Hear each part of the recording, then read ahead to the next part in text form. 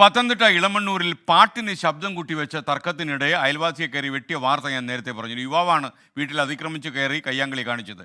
ഇളമണ്ണൂരിലെ കണ്ണൻ്റെ തലയ്ക്കും ചെവിക്കും കാര്യമായി വെട്ടേറ്റു.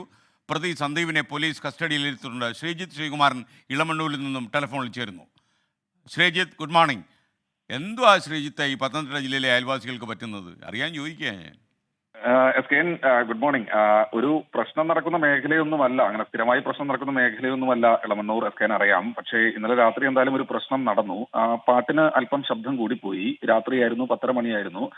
അങ്ങനെ കുറെ നേരം അത് പറഞ്ഞു എന്നാണ് ഈ സന്ദീപിന്റെ വീട്ടുകാരും പറയുന്നത്. പക്ഷേ കേൾക്കാൻ തയ്യാറായില്ല. അവരുടെ വീട്ടിലെ പാട്ടാണ്, ഞങ്ങൾ ഉറക്ക വെക്കുമെന്ന് ഈ കണ്ണൻ പറഞ്ഞുവെന്നും സന്ദീപ് പറയുന്നുണ്ട്. പക്ഷേ സന്ദീപ് കുറച്ച് കടന്ന കൈയാണ് കാണിച്ചത്. വീട്ടിലൊരു വെട്ടുകത്തി എടുത്തു പോയി കണ്ണന് നേരെ തർക്കമായി. ഏറ്റവും ഒടുവിൽ അങ്ങോട്ടും ഇങ്ങോട്ടും തർക്കത്തിനൊടുവിൽ ഈ വെട്ടുകത്തി എടുത്ത് കണ്ണനെ വെട്ടുകയായിരുന്നു. കൈക്ക് പരിക്കുണ്ട്.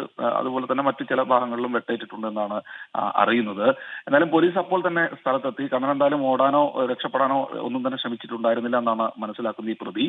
എന്നാൽ ഈ പ്രതി ഉടൻ തന്നെ പോലീസിന്റെ കസ്റ്റഡിയിലായിട്ടുണ്ട്. സന്ദീപ് ഇപ്പോൾ അടൂർ താലൂക്ക് ആശുപത്രിയിൽ ചികിത്സയിലാണ്. പോലീസ് വധശ്രമത്തിന് കേസെടുക്കുമെന്ന് അറിയിച്ചിട്ടുണ്ട്. രാവിലെ ഒരു 10 മണിയോടുകൂടി എഫ്ഐആർ രജിസ്റ്റർ ചെയ്യുമെന്ന് അറിയിച്ചിട്ടുണ്ട്. ഗുരുതരമായ പരിക്കില്ല. സന്ദീപ് ഇപ്പോൾ ആശുപത്രിയിലാണ്. എന്നാൽ ഒരു പാട്ടാണ് ഏറ്റവും ഒടുവിൽ ഒരു കയ്യാങ്കളിയിലേക്കും പിന്നീട് ഒരു കൈവെട്ടിലേക്കും ഒരു വെട്ട് കേസിലേക്കും എത്തിയിരിക്കുന്നത്. Okay, thank you Sreejith Sreekumaran.